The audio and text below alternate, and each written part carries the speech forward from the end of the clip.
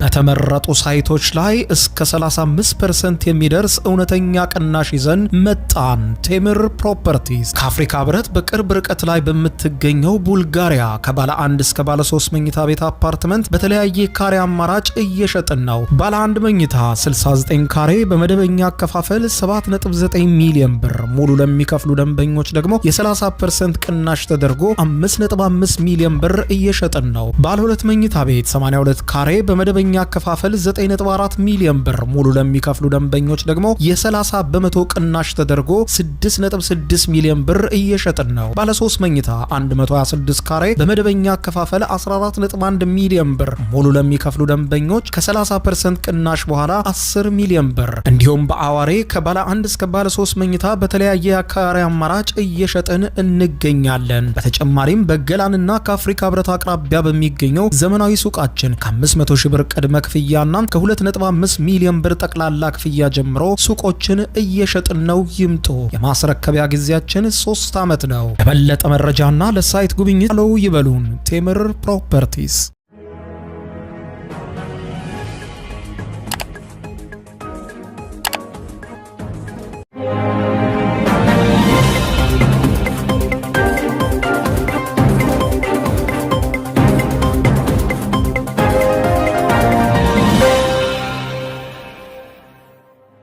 ጤና ይስጥልኝ ክቡራትና ክቡራን የዩቲዩብ ቻናል ቤተሰቦች፣ የሰዓቱን አጫጭር ሰበር መረጃዎች ይዤ ቀርብ ያለው የመካከለኛው ምስራቅን ጉዳይ በተመለከተ በየሰዓታቱ ልዩነት ሰበር መረጃዎች ዩቲዩብ ላይ ሲጫኑ ቀድሞ ለእናንተ የማስታወቂያ መልእክት ወይም ኖቲፊኬሽን እንዲደርሷችሁ የዩቲዩብ ቻናሌን ሰብስክራይብ በማድረግ የደወል ምልክቷን መጫን አትዘንጉ። ወደ ሰበር መረጃዎቹ ስናቀና ሌሊቱን ጉድ ያሰኙ መረጃዎች ወጥተዋል። በርካታ የዓለም አቀፍ መገናኛ ብዙሃንም እየተነጋገሩበት ይገኛሉ። ይሄውም በግጭቱ መሃል የሩሲያ እጅ ተገኝቷል። ኢራን ኢላማ ስቴ የሚባሉ ጥቃቶችን በከፍተኛ ሁኔታ በአሜሪካ ኤምባሲዎች ላይ በአሜሪካ የጦር ሰፈሮች ላይ እየፈጸመች መሆኑን ተከትሎ ሌሊቱን የወጣው መረጃ እንደሚያመለክተው ሩሲያ ልዩ ሳተላይቶቿን በመጠቀም የአሜሪካ የጦር ሰፈር፣ የአሜሪካ የጦር አውሮፕላኖች፣ የአሜሪካ ኤምባሲዎች እያንዳንዱ የቱ ጋር እንደሚገኙ ዝርዝር መረጃ ለኢራን በመስጠት ኢራን ስትተኩስ ኢላማ እንዳትሰጥና ከፍተኛ ውድመት በአሜሪካ ላይ እንዲከሰት እያደረገች የምትገኘው ሩሲያ መሆኗ ተጋልጧል። ይህንን ተከትሎ ታዲያ ሁለቱን ሀገራት አሜሪካና ሩሲያን ፊት ለፊት እንዳያጋጭ በከፍተኛ ሁኔታ ድንጋጤ ያጫረ መረጃ ነው ሌሊቱን የወጣው። ጦርነቱ በሁለቱም በኩል ተባብሷል። ዝርዝር መረጃውን አስደምጣችኋለሁ። የተባበሩት አረብ ኤምሬትስ እና ባህሬንም መግለጫ ሰጥተዋል። በዝርዝር የምታደምጡት ሌላኛው ጉዳይ ይሆናል። ኢራንም እንዲሁ ከፍተኛ ውድመት ያስተናገደ ጥቃት ሌሊቱን ሰንዝራለች። እሷም እጅግ በርካታ ጥቃት ሌሊቱን ተሰንዝሮባታል።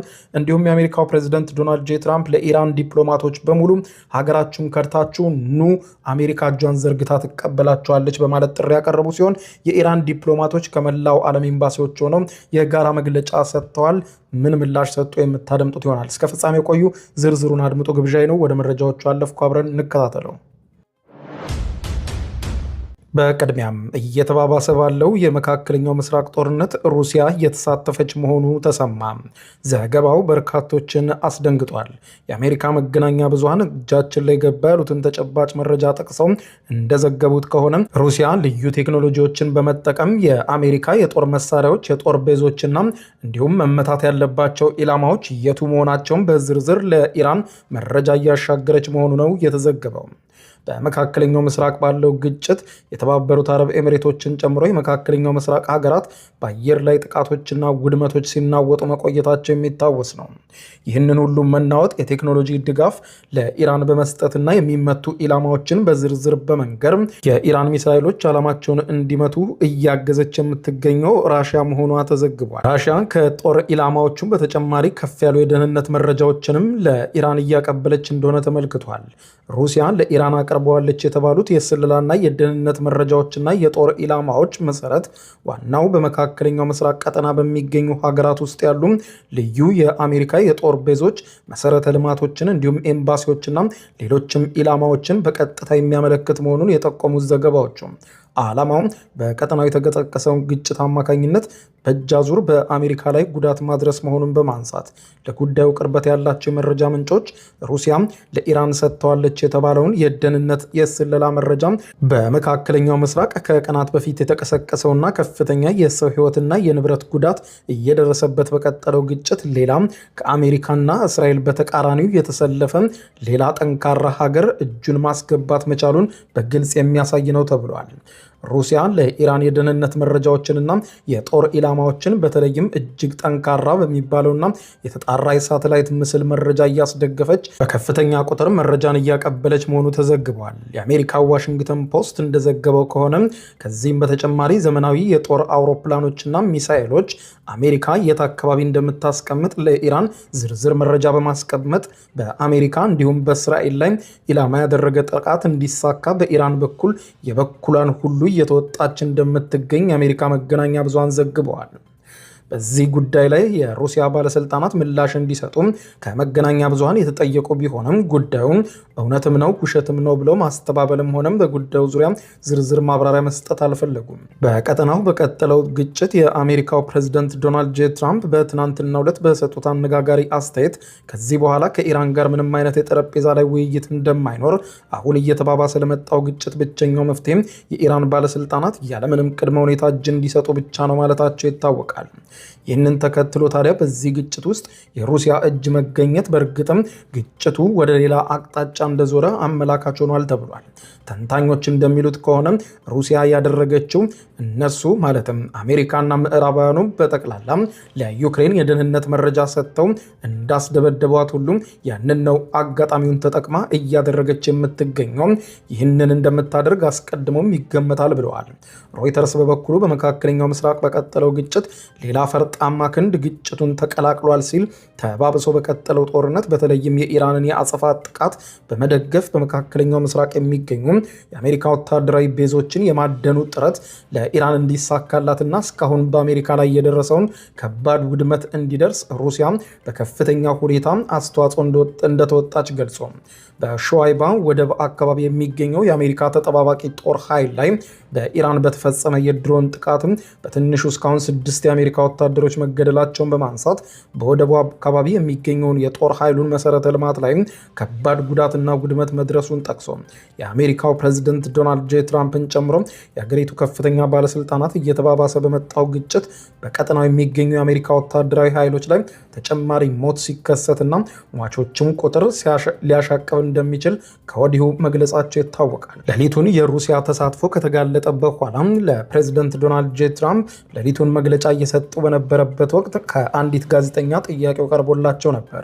ሩሲያ ወደዚህ ጦርነት መቀላቀሏ እየተሰማ ነው፣ ምን ይላሉ በሚል ለቀረበላቸው ጥያቄ የአሜሪካው ፕሬዝዳንት ዶናልድ ጄ ትራምፕ ሲመልሱ አሁን ይህንን የምንነጋገርበት ጊዜ አይደለም፣ ነገር ግን በጣም የሚያስጠላ ጥያቄ ነው የጠየቃችሁኝ ብለዋል። በሌላ በኩል ጥቃቶች በሁሉም ተዋጊዎች በኩል የቀጠለ ሲሆን ሄዝቦላ አዲስ ትናንትና ባወጣው አዋጅ መሰረት በሙሉ ኃይሉ ከእስራኤል ጋር ለመዋጋት መወሰኑን ተከትሎ እጅግ በርካታ ቁጥር ያለው ሮኬቶችን ወደ እስራኤል ማስወንጨፉ ተገልጿል።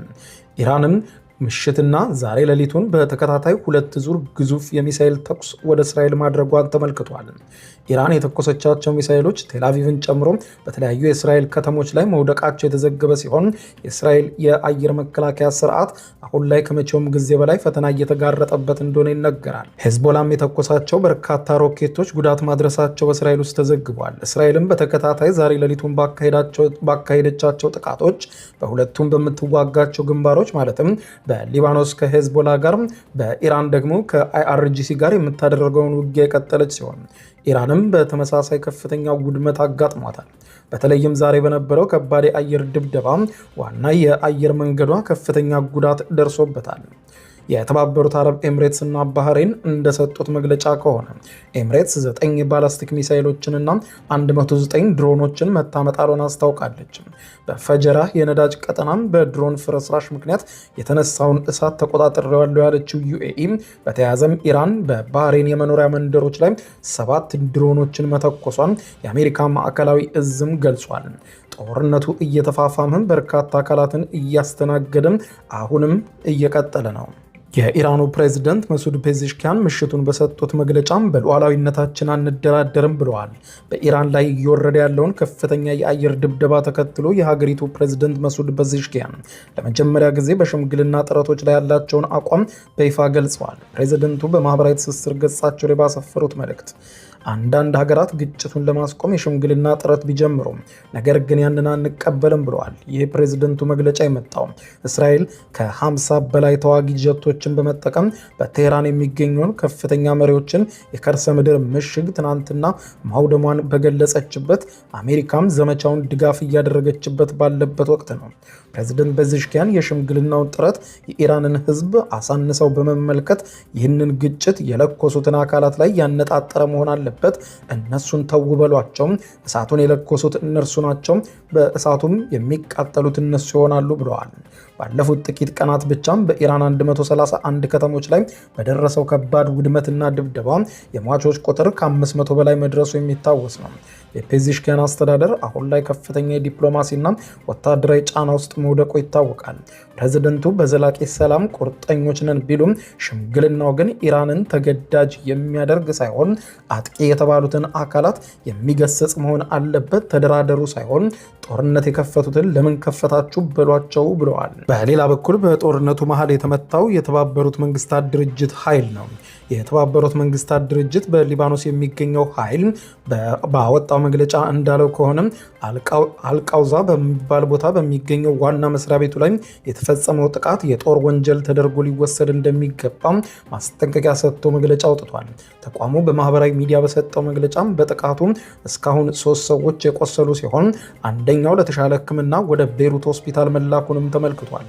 በጸጥታው ምክር ቤት የተሰጣቸውን ተልዕኮ በመወጣት ላይ የሚገኙ የተባበሩት መንግስታት ድርጅት የሰላም አስከባሪዎችን በዚህ ጦርነት ኢላማ መደረጋቸው ፈጽሞ ተቀባይነት የሌለው ያለው የተባበሩት መንግስታት ድርጅት ሰላም አስከባሪ ኃይል በሰላም አስከባሪዎች ላይ የሚፈጸም ማናቸውም ጥቃት ዓለም አቀፋዊ የሰብአዊ መብት ሕግን በከፍተኛ ደረጃ እየጣሰ ነው ብሎ ገልጿል። ቀደም ብሎ በወጣ መረጃ የጋና ጦር ኃይሎች እንደገለጹት ከሆነም ሚሳኤል ዋና መስሪያ ቤቱን በመታው ወቅትም 2 የጋና ወታደሮች ለህይወታቸው የሚያሰጋ ከባድ ጉዳት ደርሶባቸዋል ብለዋል።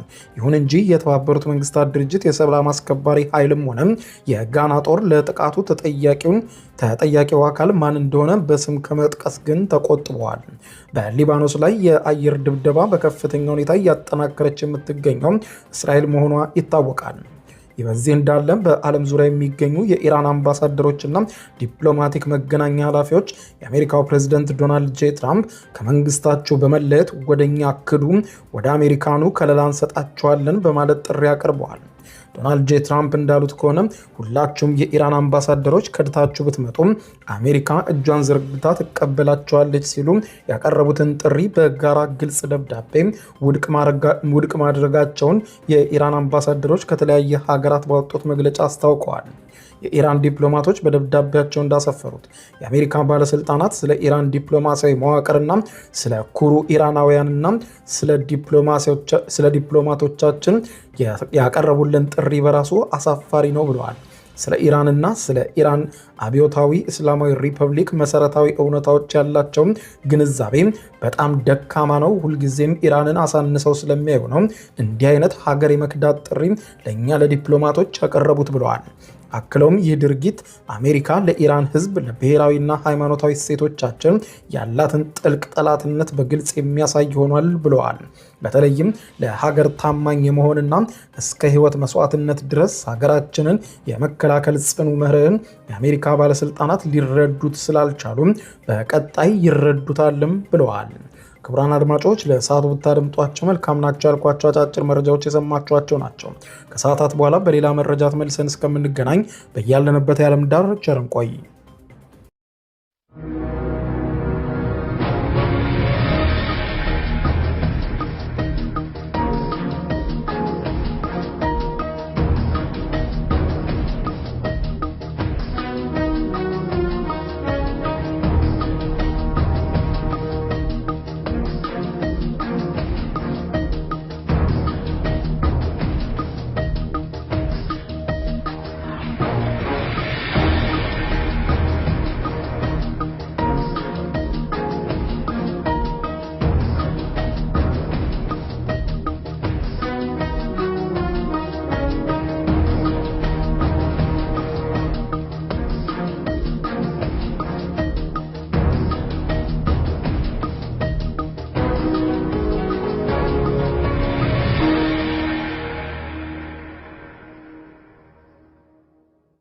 የዩቲዩብ የስኬት ሚስጥሮችን በዝርዝር የያዘው የአቤል ብርሃኑ የወይኗ ልጅ መጽሐፍ ሁለተኛ እትም በገበያ ላይ። ዩቲዩብ ለመጀመር በአጭር ጊዜ ስኬትን ለመቀዳጀት አስበዋል?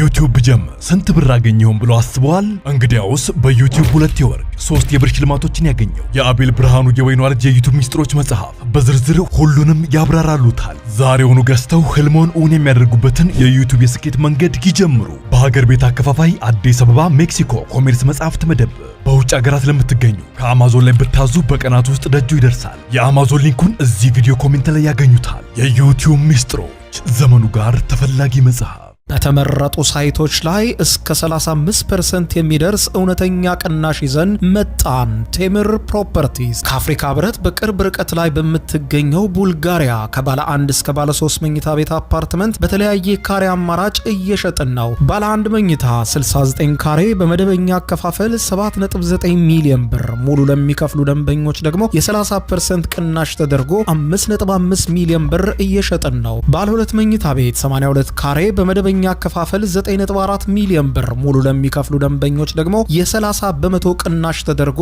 6.6 ሚሊዮን ብር እየሸጥን ነው። ባለ 3 መኝታ 126 ካሬ በመደበኛ አከፋፈል 14.1 ሚሊዮን ብር፣ ሙሉ ለሚከፍሉ ደንበኞች ከ30% ቅናሽ በኋላ 10 ሚሊዮን ብር። እንዲሁም በአዋሬ ከባለ 1 እስከ ባለ 3 መኝታ በተለያየ ካሬ አማራጭ እየሸጥን እንገኛለን። በተጨማሪም በገላንና ከአፍሪካ ህብረት አቅራቢያ በሚገኘው ዘመናዊ ሱቃችን ከ500 ሺህ ብር ቅድመ ክፍያና ከ2.5 ሚሊዮን ብር ጠቅላላ ክፍያ ጀምሮ ሱቆችን እየሸጥን ነው። ይምጡ። የማስረከቢያ ጊዜያችን 3 ዓመት ነው። ለበለጠ መረጃና ለሳይት ጉብኝት ሃሎ ይበሉ።